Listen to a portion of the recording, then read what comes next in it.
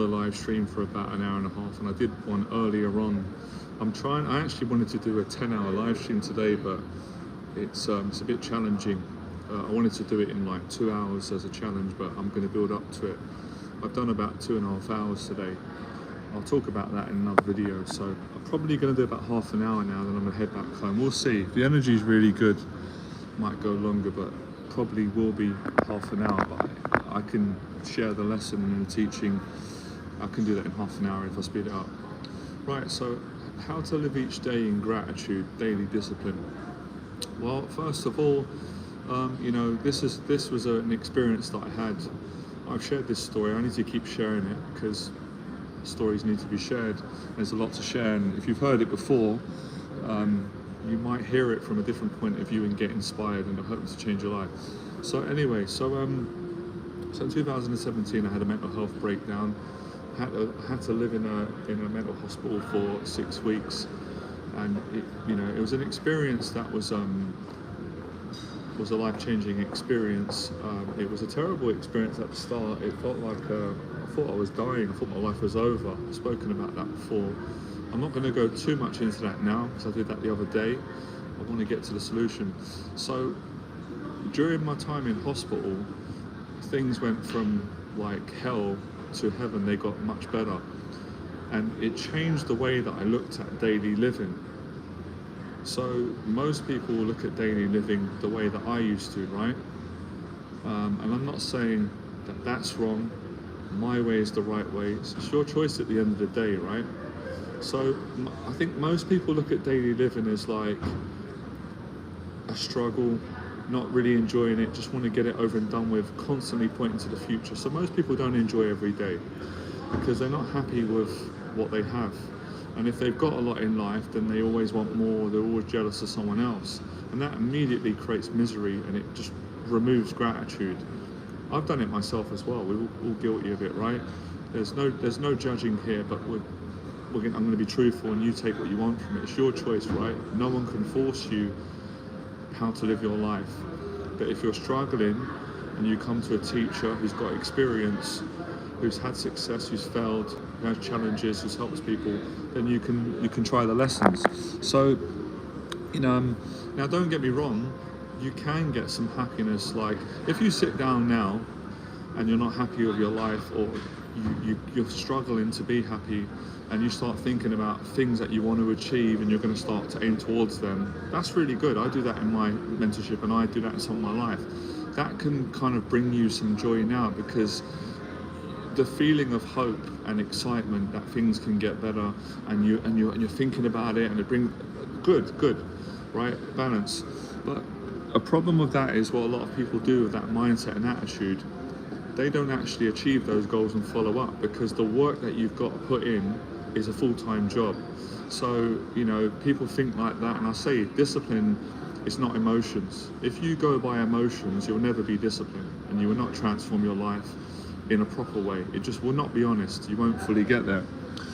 So a lot of people's daily lives is always about getting to the next point, and it's always the future, because there's always like unconsciously, I'm not good enough now, life is not good enough now, we always need more. It's never enough, always more money, more clothes, more attention, more validation, more problems, more anger, more negative thinking, more unconscious thinking. Everything is about more, whether it's more positive things, more negative things. So people are not conscious.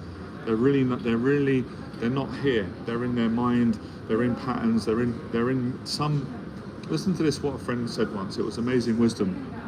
This was years ago, kind of in my old life, really a long time ago, 20 years ago. A really good friend of mine, right, that I love, but basically he'd been in and out of prison all of his life, and prison came up in the conversation, right? I've never been to prison, almost, but I didn't go. So there was a lot of different people in the room, and they were talking and stuff, and then he said something that really woke me up, and this is powerful. He said, you don't have to be in prison to be in prison.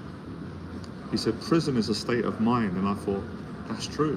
Most people are in prison. You can be in a nice place like this. This is lovely. This is the Crimpy Hotel, one of the best hotels in the whole world. But you can still be in prison, because you're in here, you're suffering, you're not happy. You could be in a mansion and be in prison. You can be in anywhere. because you're not happy, you don't have gratitude, you don't appreciate anything. So, you know, you don't have to be literally behind bars to be in prison. And that's how a lot of people live, and they don't realize it. And I live like that for many, many years too. And it's always like we're going to do it in the future, as opposed to like, you know, what are we going to do now? Look, there's 24 hours in each day. We've all got 24 hours in a day. Now, you can look at it too, as you can say 24 hours goes quick. If you're enjoying your day and you're present, 24 hours goes like that. If you're doing a job that you hate and you don't enjoy, or you're not happy in your life, 24 hours is like a death sentence. It takes ages. It takes a long time. So it's all about, you know, the quality of how you live your life. You know, how present are you? How grateful are you? And I, when I was in hospital, don't get me wrong, before I had the breakdown, I had massive amounts of joy in my life because I achieved all my goals and I was an entrepreneur. For a long period, I was really like in the flow, like just love living. But that was probably for about 3 years. But before that, the first 15 years of my life was like, I wasn't there. I was always in anxiety. I was always unhappy. I was always stressed. I was kind of mostly in a state that most people are in, which is they're in an open prison basically. And there's no daily discipline, there's no daily gratitude. Everything is about next year we're going to do a holiday. When, you know, we're going to become a millionaire in 10 years. There's no today, like how can we make today amazing? And then the next day. So I didn't sit down and think, I want to learn this. I didn't care. I had a mental health breakdown. I thought I was sick. I was just depressed, miserable. You know, I was unwell. So it wasn't like, I want to learn this. The experience woke me up and taught me this. Over a period of the 6 weeks I was in the mental hospital, when they released me, the realization continued, and it's still continuing to this day. It changed my whole life. It changed the way that I live daily life, which is why I eventually changed my whole lifestyle. My whole teaching changed, my business. As you've seen, if you followed me, the changes, even the way that I do the live streams, the way I communicate, it's changed for the better. So living each day in gratitude is what I just said, becoming aware of the opposite of no gratitude, where you're not there. You're not even aware like that you are not really living a quality life. Now, let me explain something. You could have 10 billion pounds in the account, if you've got that good luck to you. You could be good looking, you could be in shape, you could have everything material, right, in your life. You could have accomplished a lot, you could run businesses, you could be famous, all the things that a lot of people aspire to achieve, right? But you could still have no gratitude in your day. You can still be miserable, unhappy, disconnected, insecure. You're not free, you're in prison, because you don't appreciate each and every day. You just take it for granted and think that, oh, it's always going to be here. So the realization that I had in hospital, and again, it wasn't a weird one where it's like you can't make money, or nothing to do with that, but it was about like every day is a blessing. Like it was like a wake-up call. Like, what are you going to do? Be accountable, not just sit around and just give up on life. Like, how many people can I inspire each day? Like, how much time can I put into going to the gym? How can I do things that I love in everything that I do? Even times where, of course, we have times, and I have it still, obviously, where there's times where I'm depressed. We all get depressed. Even when we live a life of gratitude, we've got nice things. We're human. We have times where we get down, we get lonely. But even in that, how can I find gratitude? Or how can I find something in that place? It helped me a lot. So this realization was, it knocked my socks off. It really, I'm still processing it 6 years to the present time, right now. When I say it, I feel really good, it's true. So I was like, wow, I never really approached my life like this. No one taught me this. You know, you'd hear it growing up, be grateful, appreciate, and sometimes you are, but not for very long. It really made me think about my days differently, live my days, and that was because at the time, I broke down. I had nowhere to run, nowhere to hide. So I could, as Alan Watts would say, I couldn't hide anymore in fame or money or dating or whatever, or entrepreneur or YouTube, because I was broken down to the core.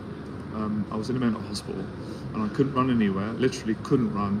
So I had a lot of time to sit and go, wow, like, who am I, what's going on, how am I living? Like, I processed everything, like most things, like life, God, everything. And I didn't plan it just happened. And it was beautiful, I'm not complaining about it. It's actually amazing from suffering. And then I started to go, wow, man, there's a lot of things in my life that I've just been really not doing well. Simple things like cleaning. Of course I cleaned before, but not properly. Like, not enjoying cleaning, not thinking like, okay, I've got the whole day today. I can run my business, or I can run errands, I can see my family and friends, but I can spend 2 hours and clean my whole apartment. That's going to make me feel grateful. That's actually going to free me up from my anxiety. That's going to give me space to do more. I didn't think like that before. I never thought like that before. And it was like, you know what? I have a whole day. When I leave the hospital, when I leave my house, like, every person I interact with, I can be positive. Like, I've got a choice to do that. Even with the challenges of life, and sometimes, as we know, people can be a nightmare, they can be rude, they can be nasty, but I don't have to be like that. And I can choose where I go. If I don't want to go somewhere because the energy is not good and the people are negative, I don't have to go there. So it made me think differently about the way I live my life. And it's really simple when you think about it. It's living each day in gratitude. It takes discipline. And that's where, daily discipline, it's all the same. Discipline is gratitude, gratitude is discipline, and obviously, so it was a completely different way. Basically, it was living life more consciously, or just being more grateful and getting more done in my day. Because when I was in hospital, I had a lot of time on my hands. I couldn't work, I couldn't date, I couldn't teach. I could go out for walks, but I appreciated that. And I was like, wow, there's actually a lot that you can fit into one day. So most people don't get nothing done in one day because they're too busy doing nothing or being busy, distracted. So the whole way that I viewed living, because we only do one day at a time. Sometimes we don't realize that our relationship with time and the way we live our life, it's almost like all's in the future. But it's one day at a time. And like, when I was in hospital, I wasn't really thinking about business that much.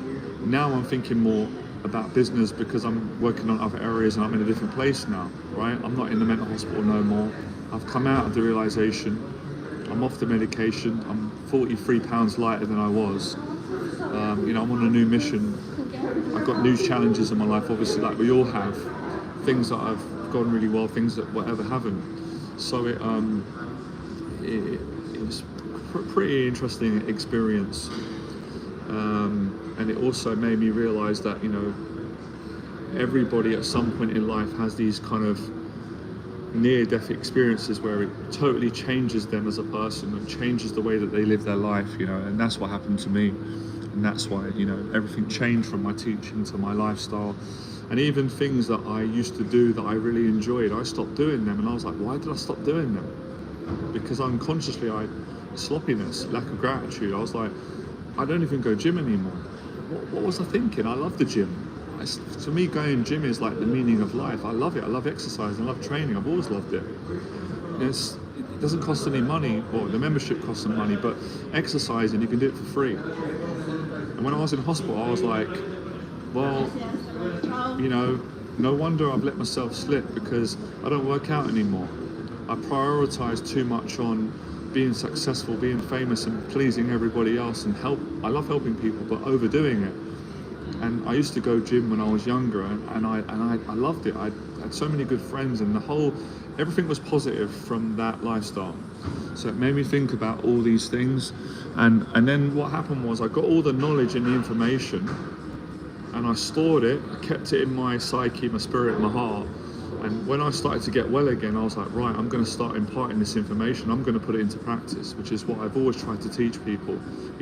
Don't just read a book, get the knowledge, or have a realization from a teacher or your own experience, and then go, yeah, I've got the realization. What are you going to do about it, though? If you don't put it into practice, then no one cares, no one knows about it.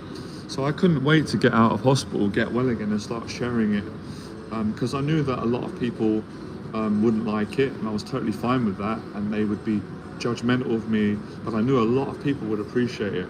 People that were ready for it, hungry for it, and also other people that are living it. There are other people that live each day in gratitude, that have been doing it. It's not a competition before I did, and before us, brilliant, because they've come to the same realization. And listen, it sounds all deep, and I can go deep, but it's simple as well. You know, you don't have to be spiritual or into self-improvement, or whatever you want to call it, which is fine, to know this. Many wise people do it, you know, old and young, the generations, maybe some of your parents or people that you know, but many people don't. And it's because people are not aware, you know, they've been programmed, and it's just something that, you know, people just follow what everyone else does. So it was, and it's weird because it felt, when I got the realization, I was like, that's interesting, but I felt like that's a lot of pressure though, isn't it? But when you do it, I don't find any pressure with it. I actually enjoy the days more. So, you know, it's funny because it ticks all the boxes, whatever you want to do. So that's why I've designed my life in that way now, and I teach it in my program. So I have time in my day where I pray, I have gratitude, I've got time where I delegate to business and career, and then I switch off, and then time with friends, time with family, time on my own, time to exercise, to diet, time to go cinema, you know, to chill out, let my hair down, what's left of it, and you know, to get a lot of things done in the day. And so when the day's finished, my friend used to say this, so he obviously understood some of it as well.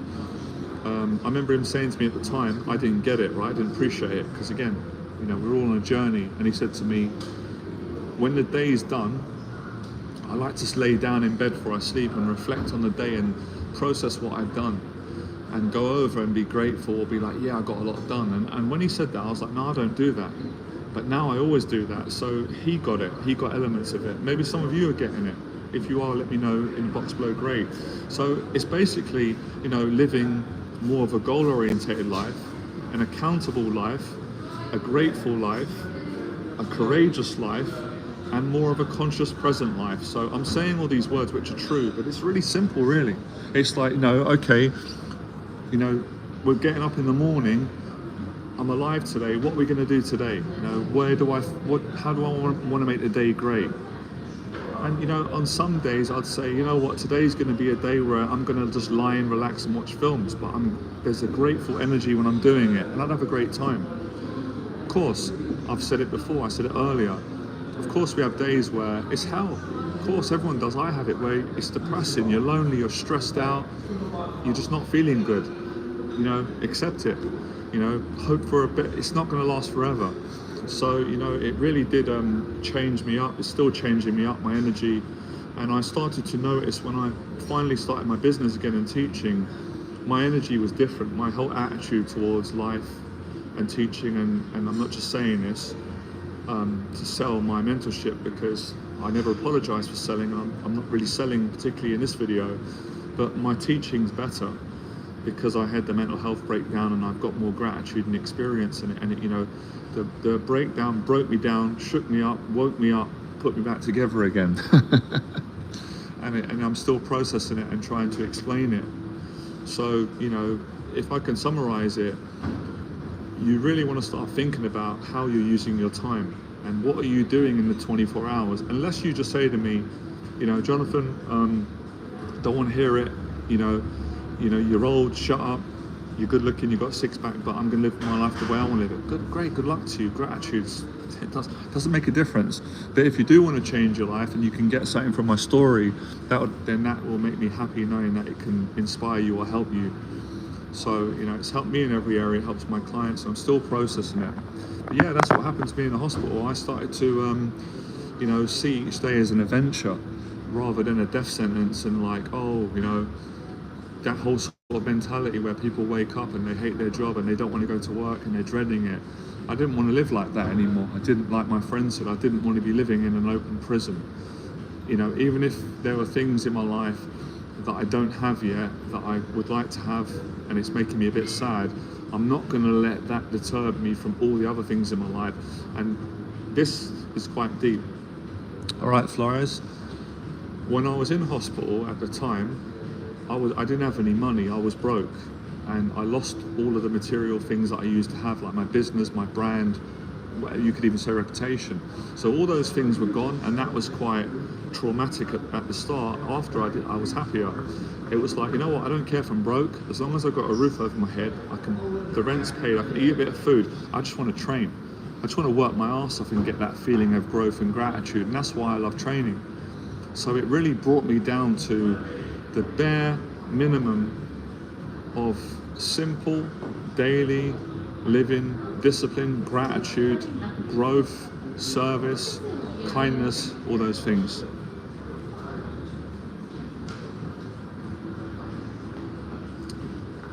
Tell you where I am, Flores. I'm in a parallel universe, right? Don't tell anyone, this is a secret. I've ascended spiritually. The experience is so powerful that I've transcended. I'm in another universe, but I am coming to all of you live.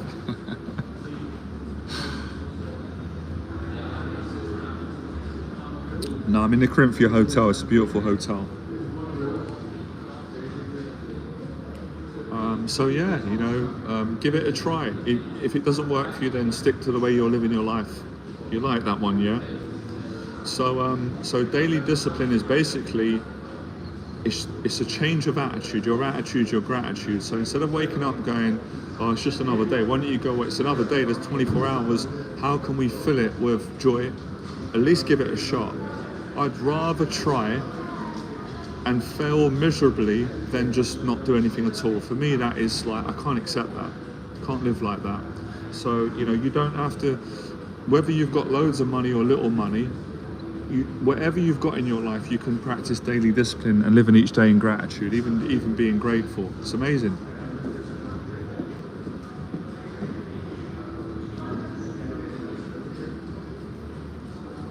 Anyway, that's the end of the stream, guys and girls. Thanks for coming on. I'll see you tomorrow, yeah? Everybody comes for the energy. I know you're liking the energy. I'm calm lately. I'm not always like this, but I'm doing a lot of discipline, gratitude, and life's beat the crap out of me, so that's why I'm calm and a bit sleepy in the coffee. But yeah.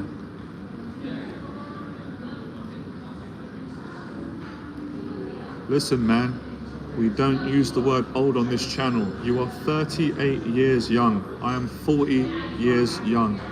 There's no such thing as old. You're only as old as you feel. And if you eat salmon and you follow my daily discipline routine, you're gonna stay young for a long, long time.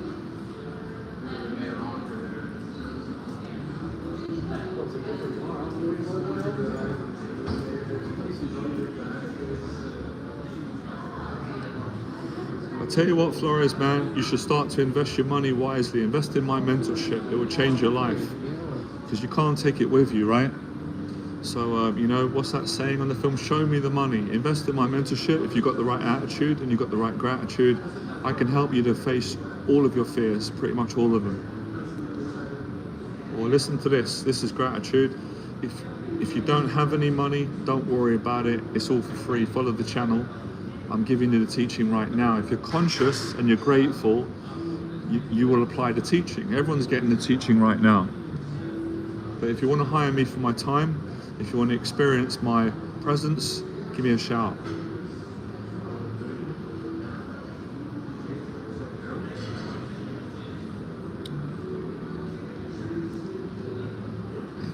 Listen, man. If you love me so much, show me the money. You've been telling me you love me for years. I've not received a penny from you. Bloody hell, man. All of you are billionaires, and you know, I'm going from paycheck to paycheck. You guys can't help me out. Come on.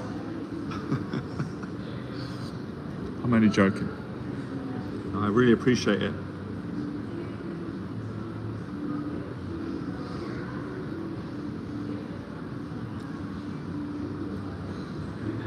Guys are going to be going in about a minute, right? So get your questions in, because I'm going to have an early night. I appreciate it, man. That means more to me than anything.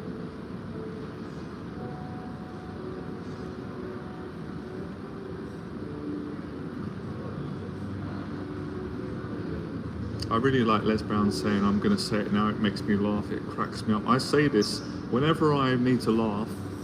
I say this in my flat. My neighbours must think I'm crazy. I think I'm going to be evicted soon.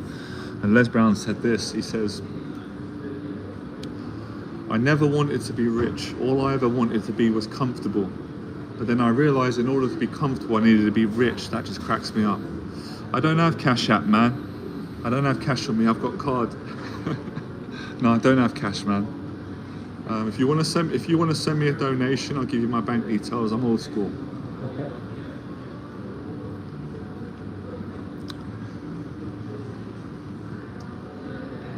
They say that money doesn't matter, right? And I kind of agree, but I'm going to try that on my landlord when they next say the rent's due. I'm going to say, hey, money doesn't matter, right? Can I pay you in love? See what he says. You live in Leeds, do you? Yeah. Australia. Well, that sounds great. I'm going to a cable car. Oh, that's beautiful, man. Well, that is living each day in gratitude. How you doing? I thought you were going to tell me off. No. I got nervous then. I thought, it's like at school, I'm that look from the teacher. I'm just... We call in plus orders if you like to order anything. No, I'm good. I've had like 3 or 4 coffees. Oh, it's lovely, thank you. Is that okay if I bring you just a chair? Of course. I've paid for all the other bills, just this last one. Thank you so much. You're in Australia. I love the Australian accent. Really do like it. Oh wow! So you live in Leeds and you've gone to Australia.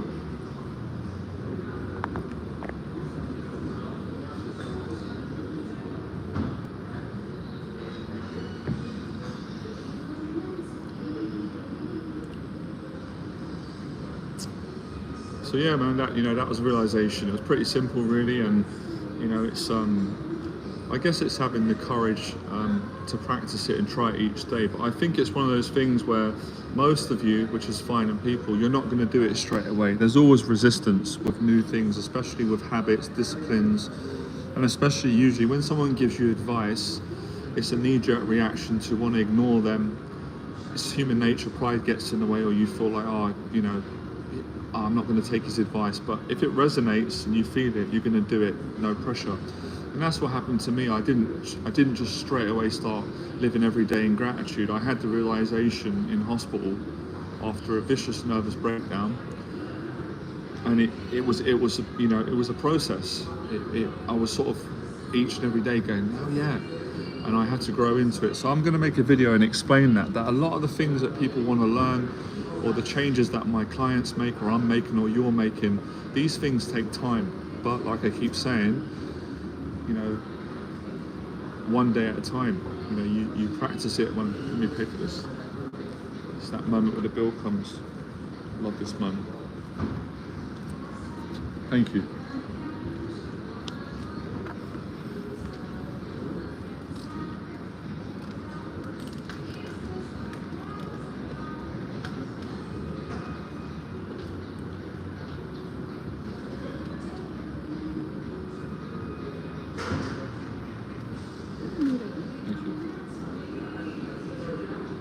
Would you like the receipt?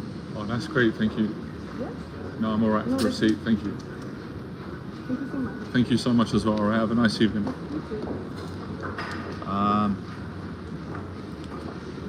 The breakdown was a blessing in disguise, man. I just wish I knew that the first day they were moving me in, because I'm bloody terrified. It was a blessing, yeah.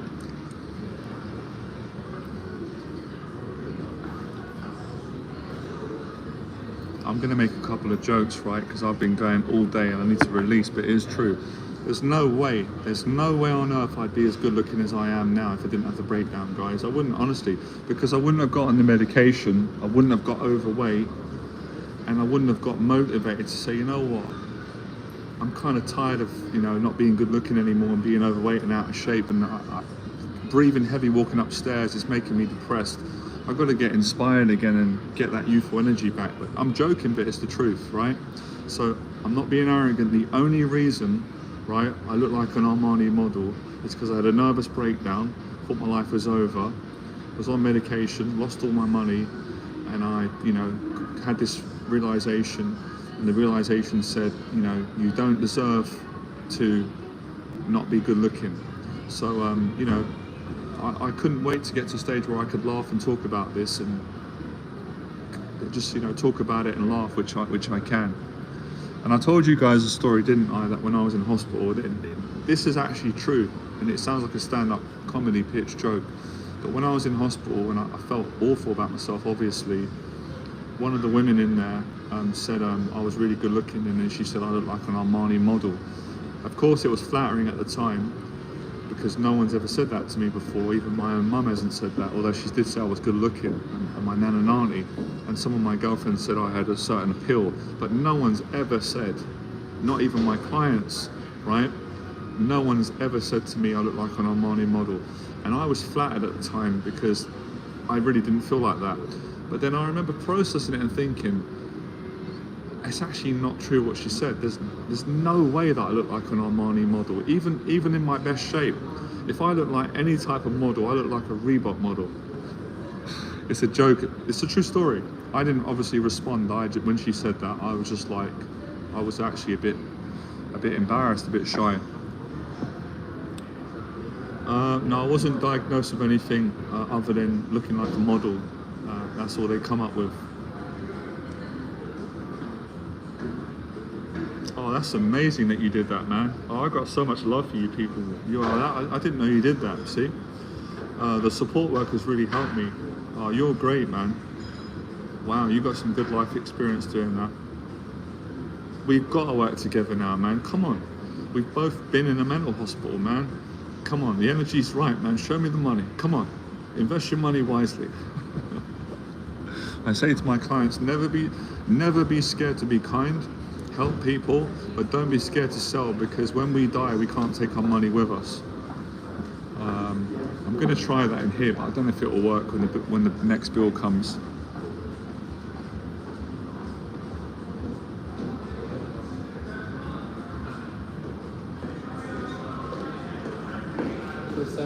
It's not a bad story to tell, isn't it? I've been in some of the best places, well, certainly the best hotels in the world, and I've also been in a mental hospital, and I'm more proud that I stayed in a mental hospital than being in all the top hotels. Even though I love hotels, I've got a fascination, an obsession. They're beautiful, liked them as a kid, but I'm really proud and grateful that I got to spend time in a mental hospital, because it's changed my life.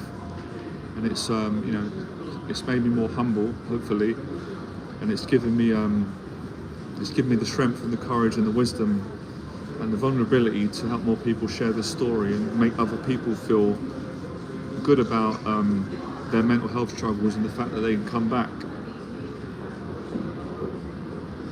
No, I haven't moved beyond that now. I've still got a terrifying fear of death. I'm definitely better than I used to be, because I used to be really frightened, but I've still got an unconscious fear like everyone, if I didn't have a fear of death, I'd run around naked. I probably wouldn't do that though, because they'll section me again, but do you understand what I mean? But yeah, I've got a fear of that still. I'm a little bit better than I was, but yeah, definitely got I think everyone has. Anyone who says anyone who says to me that they're generally not scared of death, I'm going to tell them to empty out their bank account, give all their money to charity, and run out in public naked, and then I'm going to believe that you're not afraid of death, or take action on your dreams. Why are you not facing your fears then? If someone tells me they're not afraid of death, okay, then why are you not putting some YouTube videos up? Why are you not giving out so much love and kindness? So people lie a lot when they say they're not frightened of death.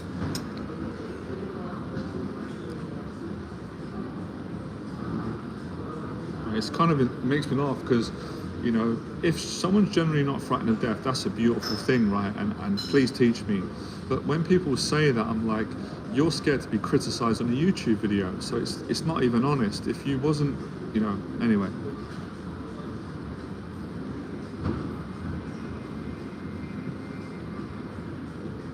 Yeah, I get it as well, RJ Flores.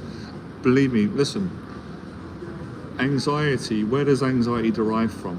You know, okay, let's start off with the basic polite stuff. You know, so let's say generally most of us have got anxiety. We care about what people think. We have anxieties about being judged. We have anxieties about the way we look, our finances, our career, our status, our social circle, all those things. But when you go to the root of it, anxiety comes from the fear of death. It comes from uncertainty, danger. So, you know, lack of control. So everyone's got it. I think some people are, of course, some people are better with it, and those people that have had kind of what I've had a near-death experience, so it kind of deepens you a bit. But I, honestly, if any of you know anyone who doesn't generally fear death, please give me their email address. I want to interview them on the channel. I want to speak to them if they'd like to come on, because I would like to learn and understand.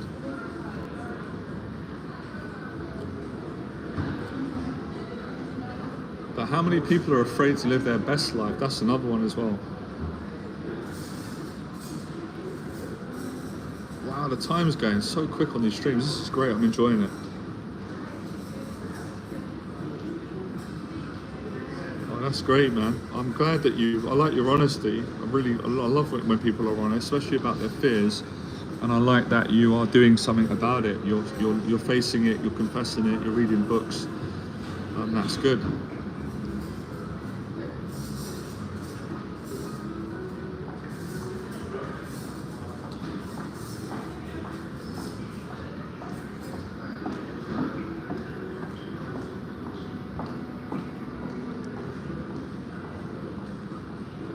It's really hard to leave. I'm so comfortable here.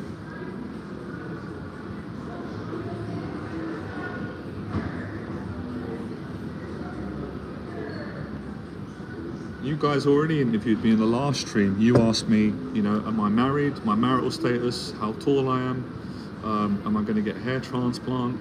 You know, where do I live? Where do I go? What do I teach? I mean, that's an interview. It's a job interview.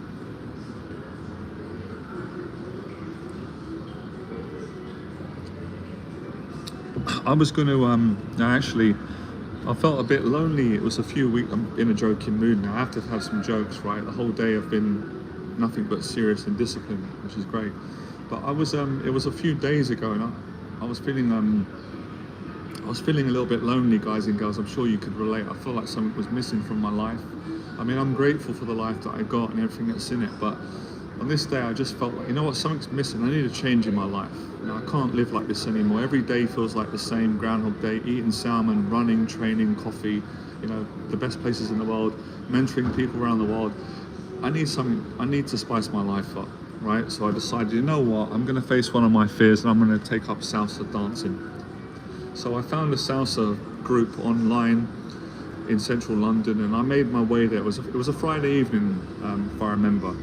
So I signed up, and as I got there, the person that was running the group, it was a lady and a gentleman. They came out and they said to me, I said, oh, what's your name? Is it Jonathan? And I said, yeah, my name's Jonathan. They said, so are you here to take part? And I said, I'm not here to take part, I'm here to take over.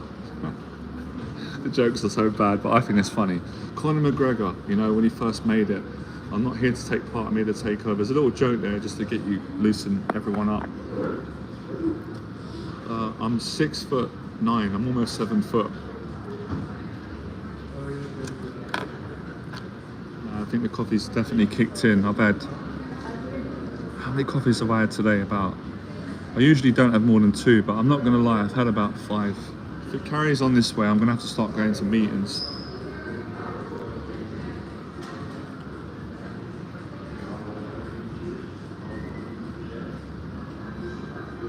But yeah, you know, I like having a joke. But yeah, like I said, that, you know, the experience in the hospital and the time out of hospital, and even now, changed the way I live each day. Yeah, I usually prefer, if I have 2 coffees a day, sometimes it's all right, it depends, but I've overdone it today, but it's the weekend. You know, I pretty much live like a monk, you know, I don't drink, I don't take drugs, I drink coffee, I eat salmon, broccoli, I run, I train, and on a Saturday night where everyone's partying, I'm in a hotel doing a live stream. This is the life that I've chosen.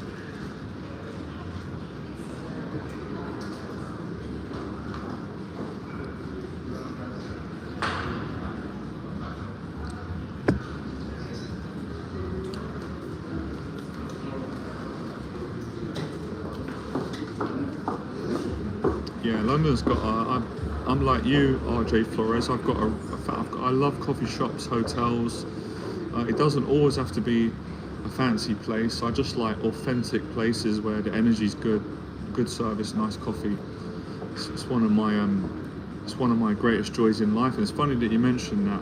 That was a big part of my realization on my journey from about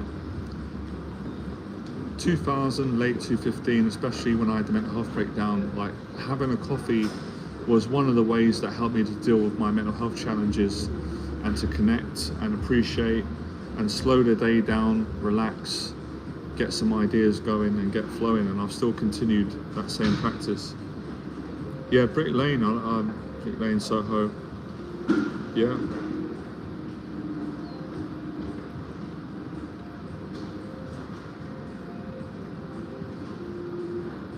I've said already, I'm planning on doing a big event, guys. This is going to be a paid event. I'm going to hire out a hotel, so a lot of you might want to come and get a ticket in the next, I don't know, it's going to be a month or so or two, we'll see. And I'm going to do a whole day event, and I'm going to teach everyone who wants to learn how to change their life, how to build discipline, work on business, relationships, finances, connection, all those sorts of things. So it'll be an amazing day, a good investment. And we'll drink coffee, nice place like this, good people, good energy. It'll be an amazing day.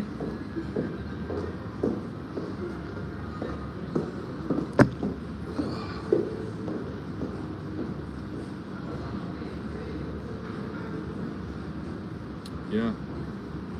A lot of people had that, and I used to have that, and I don't have that anymore, but I did used to have that feeling of being inferior.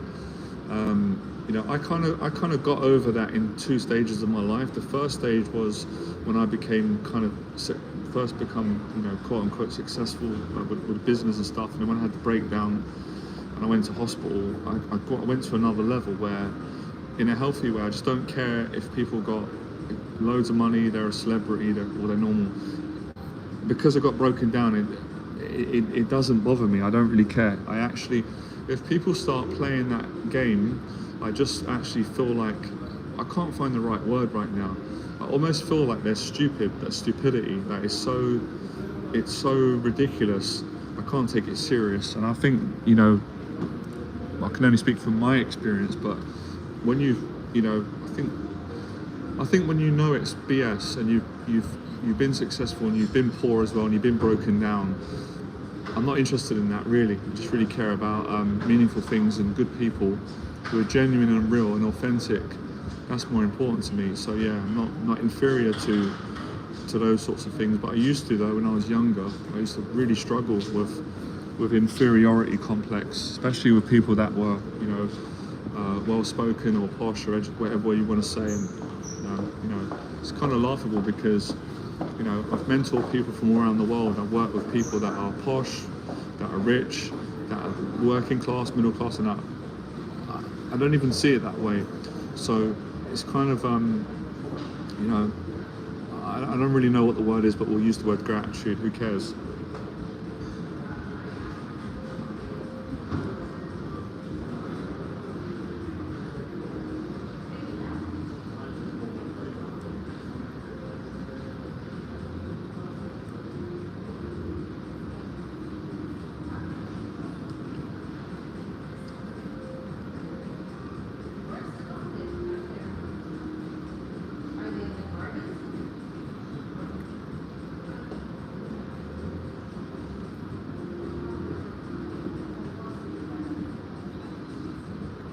We'll look at the garden and then we leave. Chelsea's a lovely area. Portobello's lovely. London well. Yeah, Hampstead, all nice areas. I used to live near Chelsea. Oh, did you? Yeah. Hampstead, all nice areas. No, I'm not interested in bulking. I really love my physique. I like the way I am. I'm more of a Bruce Lee look. I'm slim, I'm lean, I've got a six-pack, I'm toned. But I actually like bigger muscles, but not on me. I can appreciate it because I love bodybuilding, I love training, but for the look that I want, this is what I want, and this is what I got. Now it's about maintaining it.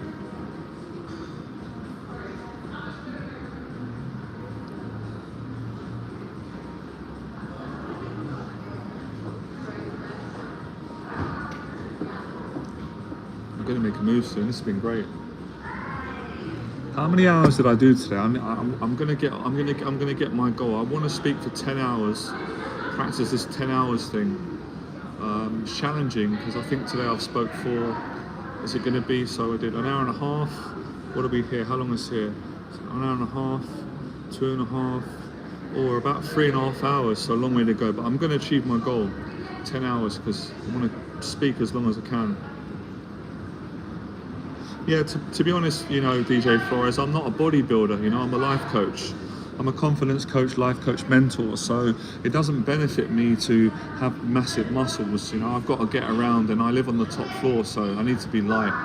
But yeah, listen, I love bodybuilding, and it looks good on certain people, but it's not functional for me. So my physique is designed for my lifestyle, where I'm at spiritually. But if I change my mind anytime soon, you guys will be the first to know, and you'll see me with my, you know, big arms. But I love bodybuilding, I love training. I got inspired by all of it, you know, Bruce Lee, Schwarzenegger, all that. And I think I said this on my last live stream, you know, you got to be yourself. You can't be built the way other people want you to be built. People have got a way of forcing things, so people love to tell people, you know, you should be big, you should be small, but no, you should be the way you want to be. If I went by what people want, well, I couldn't live, could I? Because one person would say you need to be big built, another person would say muscles are gross, you need to be skinny. Someone would say you need to be overweight. You could never please everyone. You got to do you.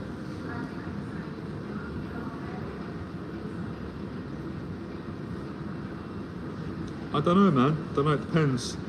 You know, it depends, because size doesn't always win. It depends on skill. But to a certain level, size does win. So there's grey area, you know. There used to be this misconception that a big guy always beats a smaller guy, or a tall guy beats a small guy, and that's not true, as we've seen. You know, Manny Pacquiao used to beat up many men that were bigger than him, Mayweather. So you can't always go by that. And obviously, you know, if someone does jiu-jitsu and wrestling, they can be shorter, and a boxer can be taller. But if it's on the street, they can get them to the floor. So it depends on the fight, doesn't it? There's many different factors. It's not just black and white thinking, oh, you know, same as in boxing. You know, just to use an example, you know, people might look at me and go, you know, okay, they might say, well, this, you know, skinny guy, slim, but, you know, I punch really hard. I've always had a really hard punch. I can, you know, knock a horse out in my old age. So you can't always go by, you know, based on how someone looks or how big they are, because, you know, some big guys can't fight, some big guys can fight, some small guys can't fight, some small guys can. So it depends on the person's skill set. But there are weight divisions for a reason. The coffee's kicking in.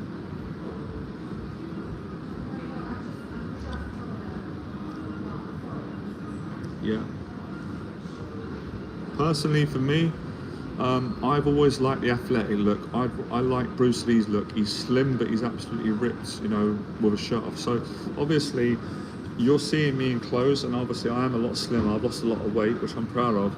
I'm not going to do it in here, right? Because I don't want to get sectioned again. Even though I like the mental hospital, I kind of like where I'm staying now. But if I took my shirt off now, right, a little bit of healthy ego, you'd all be shocked at how I looked. Because I look bigger with a shirt off, because I'm lean and I'm ripped. And I'm going to keep getting more ripped. It's inspiring. It's funny, this stuff. On a deeper level, I really don't care about muscles and six packs. It's not that important to me. What's important is faith, love, meaningful life, nice conversations, doing what I love, helping people, and living a simple life, a simple, boring life. But the six pack does help. It compensates for the hair loss. That's amazing that you train. Okay, train. I knew this would happen. I'm trying to leave, and you guys are enticing me in because you love my energy. You want my energy. Come on, any more questions? You've always got questions for me. You know, when am I going to get when am I going to grow muscles? When am I going to get a hair transplant? When am I going to get married? When am I going to have family? When you guys give me some bloody money, man. God, you guys say you love me. You don't even give me donations. I can't afford a hair transplant. I've got to spend fortunes on these live streams and coffees. You know, how can I feed a family? how can I get a hair transplant? you know, get married, have a family, put on loads of lean muscle. I can't do it on it, nothing. Come on, man, send me some money. You guys said, you guys said you got no fear of death. You said, you said you love me. Show me. I don't feel the love. Oh boy.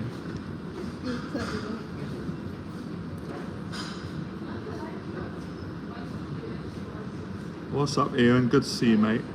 I know men compare themselves and they think they're not good enough because of looking at. To be honest, I never watched that stuff, Owen. I just don't watch it. I've never watched it. It doesn't resonate for me. But I think the best thing to do is not to compare yourself. And I think the more you focus on giving and living each day in gratitude, I'm not saying these things are easy, but you can do them. I'm doing them. My commit clients are.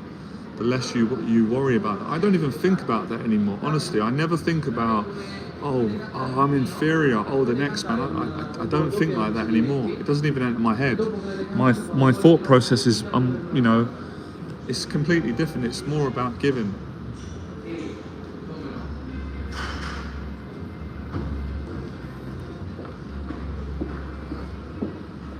All right, Jimmy. Am I using the phone or stream? What do you reckon, guys? Let's have a vote here. Let's guess. Do you think I'm using my phone, a live stream, or a new technology that's, new science for man?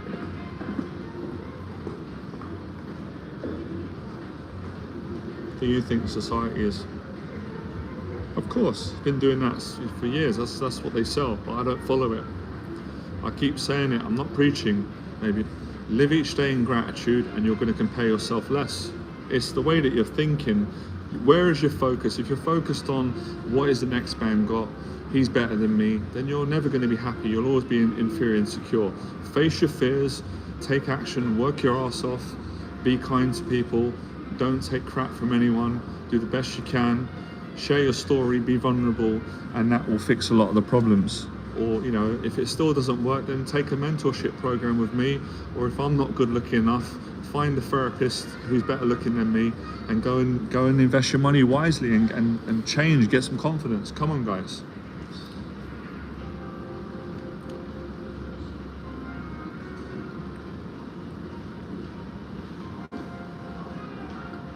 Sure, Owen. Yeah, we've got a session left. It's been a bit difficult for both of us, the communication and everything, but that's we'll get that sorted out, man. I appreciate you, Owen. All right.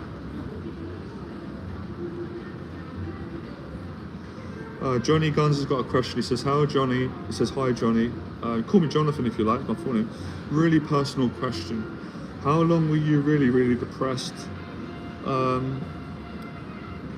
So not feeling down, but really depressed, feeling of hopelessness." I'm sorry to hear that. It's hard to answer that question because I've battled with depression all my life, but many periods of gratitude. I think, well, it depends on what time period of my life, it really depends. But I don't know how long you've been on the stream. If you heard my story, basically my story is a message of hope. And that word that you use of hopelessness, that's what I felt when I was in a mental hospital. The first 2 days, I experienced the emotion. I was terrified. Hopelessness just flooded my body and my mind. And then I found my faith again, good people, and I found gratitude, and it changed me. So finding gratitude helps. But I'd say this, Johnny, things that help me whenever I get depressed is I help people, go for a 30-minute run. If I go and do a 30-minute run, I'm not depressed anymore, or it lowers it. Meet up with friends. So simple things help you to get over depression. But I would also say, if you're really depressed and you're hopeless, you're probably going to have to dedicate the rest of your life to overcoming depression, and that will actually be a good thing. So that's probably the best I can give you right now. Oh, is it the UFC tonight, is it? See, I can't believe it. You guys say you love me and you're going to ditch me, right? You're going to ditch me for UFC. Can't believe it, man.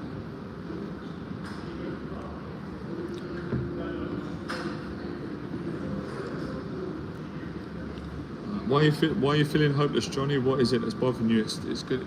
It's definitely probably it's intrusive thoughts, right? I'm going to do more videos on that because I've gone through a lot of that and overcome it and battled with it and helped clients, and I'm kind of in a better place now. And I think hopelessness, it definitely derives from anxiety, trauma. It comes from your demons, your intrusive thoughts, probably not getting them out, not communicating them. And I mean this kindly to anyone, because we all go through hopelessness. Everybody does. Doesn't matter what you got. You know, too much thinking, a lack of gratitude, lack of focus, and usually not working hard enough, not giving enough. Combination of those things. And I would also say not asking for help when you need it. So if anyone out there is really hopeless, it's a horrible feeling, I understand, but you can get past it. I'd say get help ASAP, you know, because you don't want it to get worse.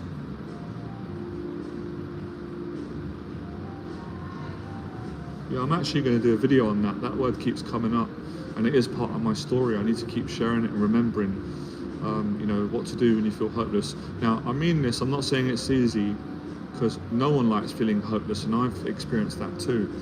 But sometimes in life, you've got to get to a point where you literally feel hopeless before you can transform your life and feel what you want to feel: happy, connected, positive, whatever the case, you know, whatever it is. So I'd say never give up. Anyone feeling hopeless, you kind of did some of the right things by getting it out, communicating it.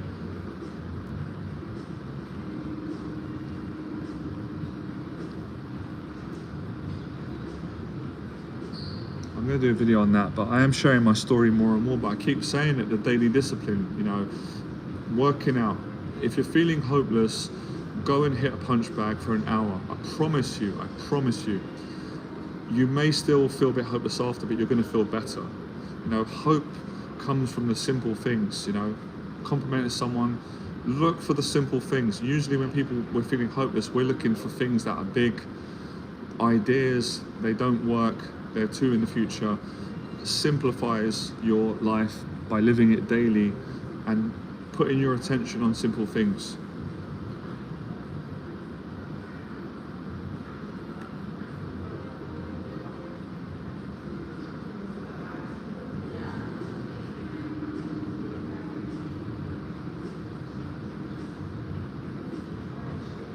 Don't give up, Johnny. I don't know if this will help you. I hope it does.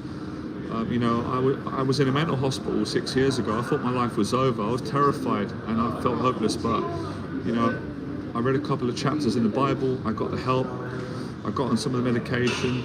I asked for help, and it was the best thing I'd done. And I got well again. You know, so you can get out of it.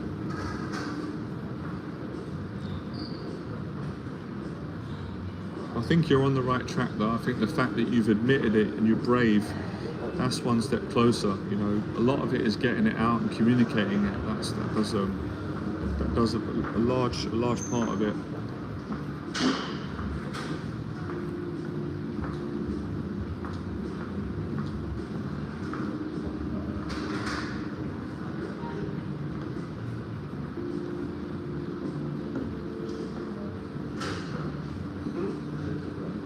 I was just processing something. This is something that just come to me now, perspective, and it kind of takes courage to say it, but I just felt it. I think hopelessness can be a good thing, because that can be people, you know, becoming more awake, more conscious.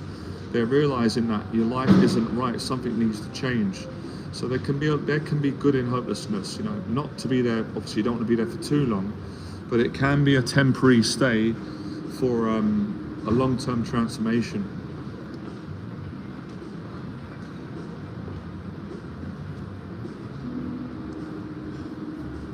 But I can be compassionate. It's a horrible feeling when you're there, you know, when you're in the midst of it. But when you come out of it and you find something, whatever you find, we all find different things. For me, it was God, it was Jesus again, and it was also, you know, friends, family, my own determination, which pulled me out of it. And, you know, listening to other people, you know, exercising. You're doing fitness, boxing, medication, healthy eating. Okay, so you're doing a lot of good stuff.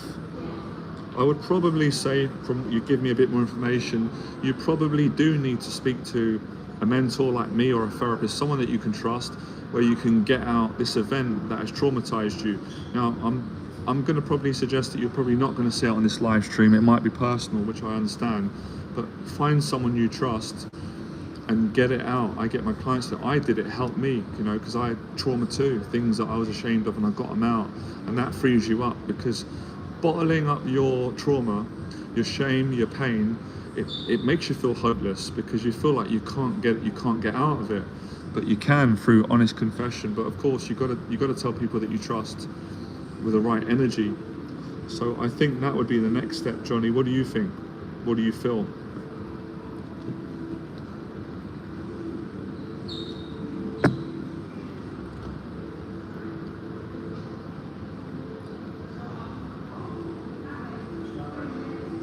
Another exercise, try this, Johnny, right? It really helps for me. I do this in all areas of my clients. If I ever feel hopeless or stressed or worried or inspired, I get to a nice place like this, or a park, somewhere I can relax, and I write down, I confess down exactly what is making me feel hopeless or making me feel excited or confused, whatever, and getting it out, it does help you. It's not always that you got to speak things out, which I do think is the best out of all, that you can write things out, you can write down, and you don't have to show it to anyone. It's a personal thing, and delete it. Writing it is like exercising the demons of hopelessness out of you. I would also say as well, you know, what's your purpose? Are you trying to live your dream? What is your goal? What do you enjoy? What is your passion? These things are important. Oh, that's good. You're talking to your parents.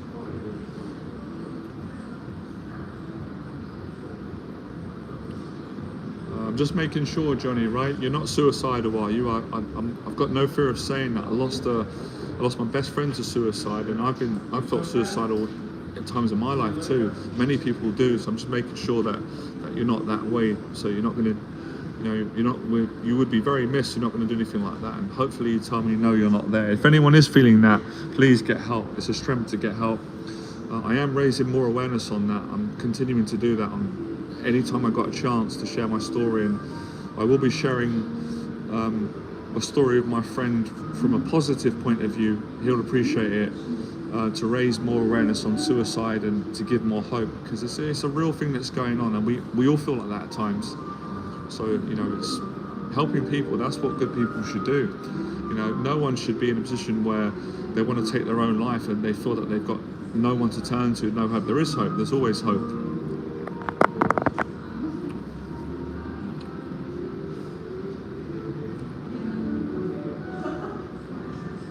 Right, you know what? I'm going to have to get moving, guys. I want to get home for midnight and have a good sleep. Really blessed day. I really love the live stream. I'm going to keep these going. I've really got getting the momentum back. So yeah, to be continued.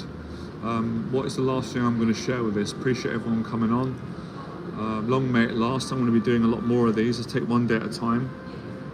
Did you? You did as well. I'll talk to you about that next. You know what? I'm going to do a live stream on that. We'll talk about that. That's, man, you know what? It's tragic. It's been, for me, it's heartbreaking, but I'm trying to find strength and gratitude in it. Welcome, man. Appreciate it, Toby. All of you coming on. Everyone makes the streams great. A lot of inspiration. And we'll continue. I'm going to try and do these daily if I can, and with the videos and everything else. But yeah, as always, you've got the channel, you've got support. If anybody wants to work with me, send me an email. I'll get back to you about mentorship. You've got all the free stuff. If you want to hire me, do a program, let me know. And I'll see all of you soon. Have a good weekend. And just, you know, work on living each day in gratitude the best you can, and we'll continue. But yeah, it's amazing chats today, and I really enjoyed it. Thank you, everyone. All right, speak to you soon. Enjoy the rest of your evening, or night rather.